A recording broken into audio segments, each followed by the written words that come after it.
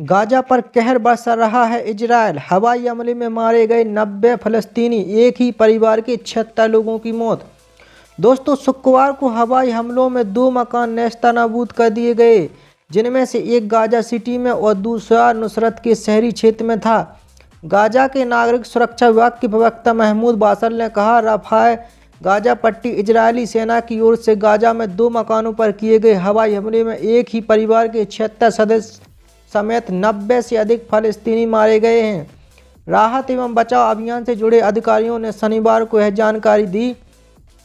इससे एक दिन पहले संयुक्त राष्ट्र प्रमुख ने फिर चेतावनी दी थी कि गाजा में अब कोई भी जगह सुरक्षित नहीं है और इजरायल के लगातार हमले लोगों तक मानवीय सहायता पहुंचाने में बड़ी बाधा उत्पन्न कर रहे हैं। इजरायली सेना भी शनिवार को कहा कि सैनिकों ने गत सप्ताह में गाजा में सैकड़ों की कथित आतंकवादियों को गिरफ्तार किया है और उनमें से 200 से अधिक आतंकवादियों को पूछताछ के लिए इजरायल ले जाया गया है। सेना ने कहा है कि आतंकवादी समूह हमास और इस्लामिक जिहाद से कथित संबंध रखने वाले 700 से अधिक लोगों को अभी तक इजरायली जेलों में भेजा जा चुका है।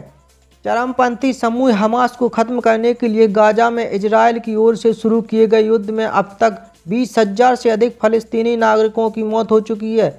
गाजा के स्वास्थ्य विभाग के अधिकारियों ने शुक्रवार को यह जानकारी दी।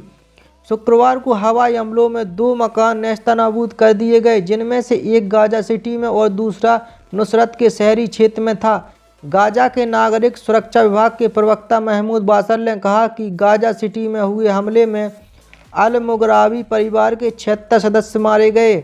इस इमारत पर शुक्रवार का हमला इजरायल हमास युद्ध के सबसे घातक हमलों में से एक था।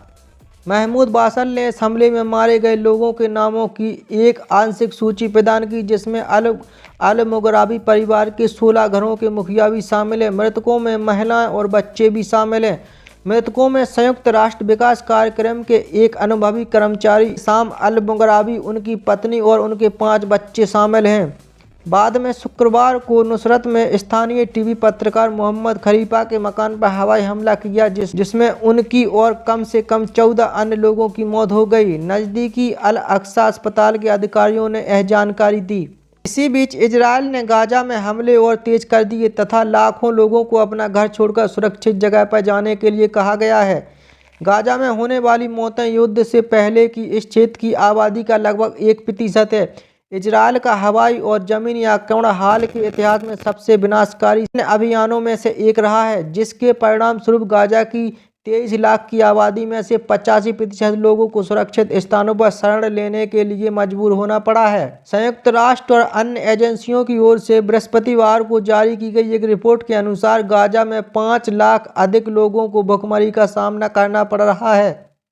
इजरायल में 7 अक्टूबर के हमले में हमास ने करीब 1200 लोगों की हत्या करने के अलावा लगभग 240 लोगों का अपहरण कर लिया था। इजरायल ने तब तक लड़ाई जारी रखने का संकल्प लिया है जब तक कि हमास को गाजा में नष्ट करके सत्ता से हटा नहीं दिया जाता तथा सभी बंधकों को मुक्त नहीं करा लिया जाता।